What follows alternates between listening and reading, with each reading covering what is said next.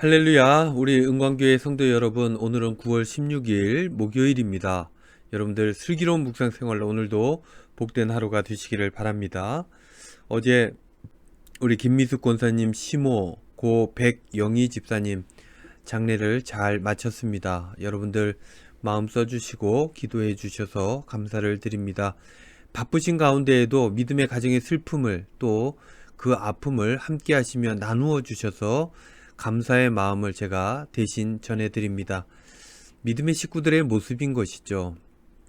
어제 발인하고 화장하고 평장으로 마무리했습니다. 유가족들 몸과 마음이 많이 피곤하겠죠. 유가족들 위해서 여러분들 계속 기도해 주시고요. 그리고 장례 끝까지 함께 하시면서 유족을 돌보신 우리 성도님 계신데 감사의 마음을 전해드립니다.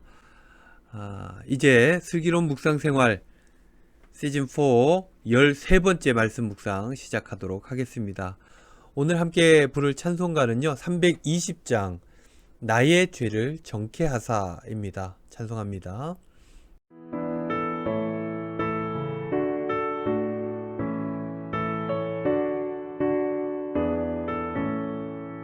나의 죄를 정케 하사 주의 일꾼 삼으신 구세주의 넓은 사랑 항상 찬송합니다.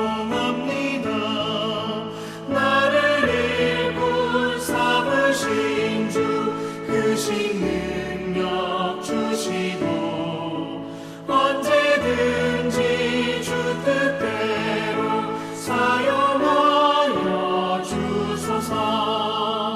내게 부어주시려고 은혜에 예비하신 주 주의 은혜 채워주사 능력 있게 하소서. 나를 일꾼 삼으신 주 크신 능력 주시고 언제든지 주 뜻대로 사용하여 주소서.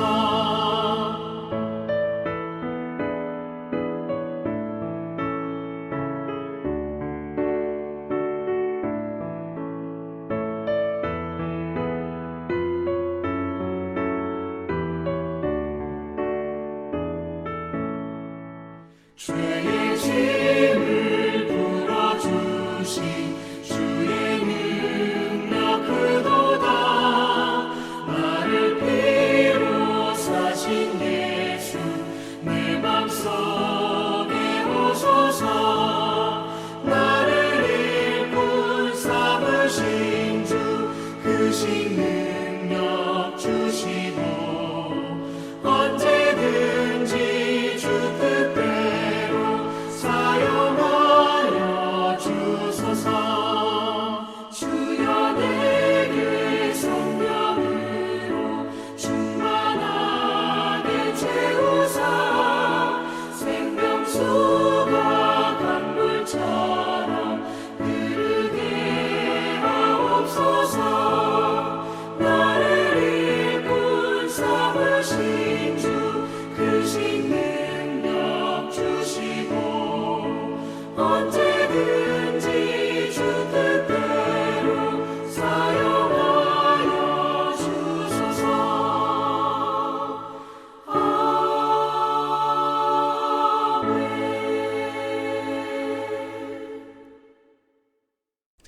오늘 묵상의 제목은요 본이 되는 직분자입니다.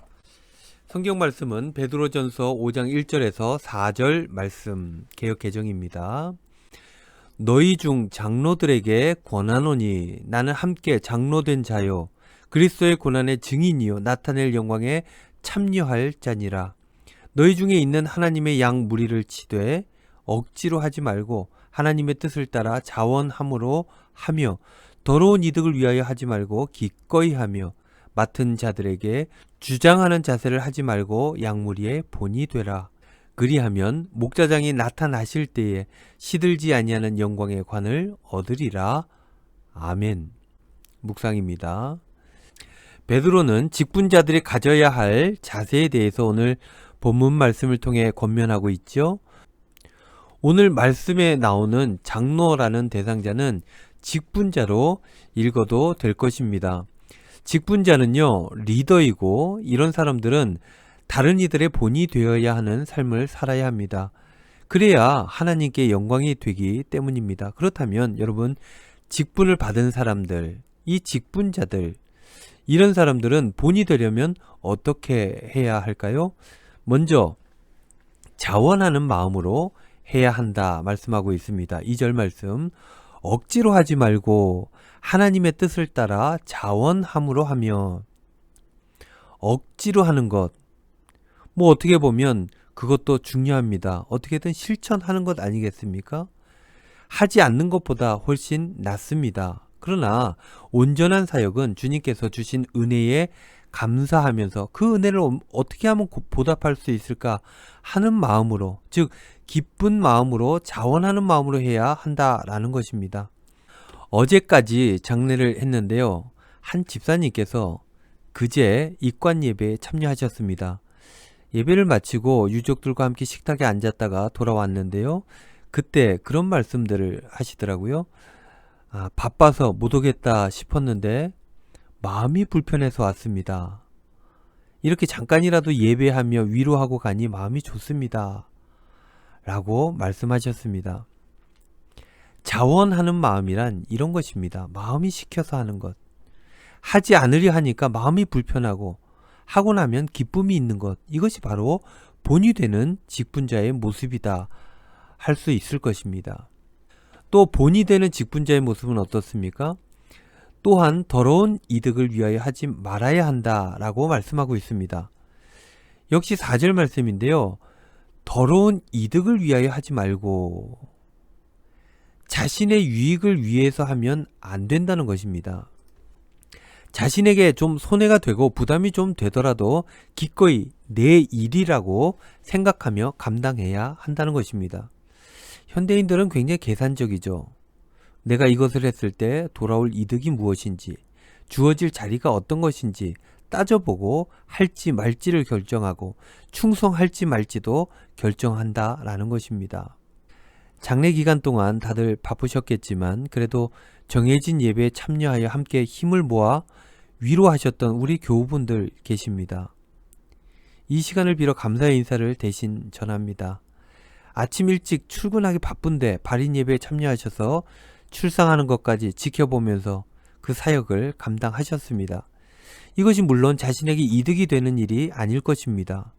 이래저래 손해가 되는 일이죠. 하지만 연약한 이들을 돌보라는 이 주님의 말씀이 있었기 때문에 물적으로, 시간적으로 손해가 있다 할지라도 감당하는 것입니다. 이것이 바로 본이 되는 직분자의 모습이다. 베드로는 강조하고 있는 것이죠.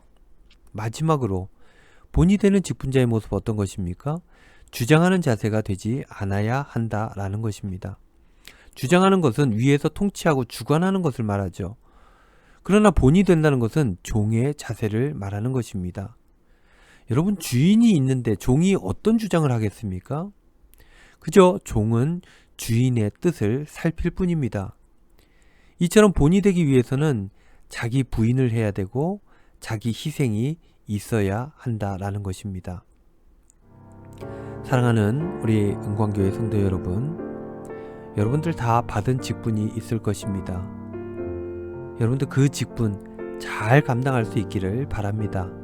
작은 것부터 충성하시기 바랍니다. 그렇게 교우들에게 먼저 본이 되시기를 바랍니다.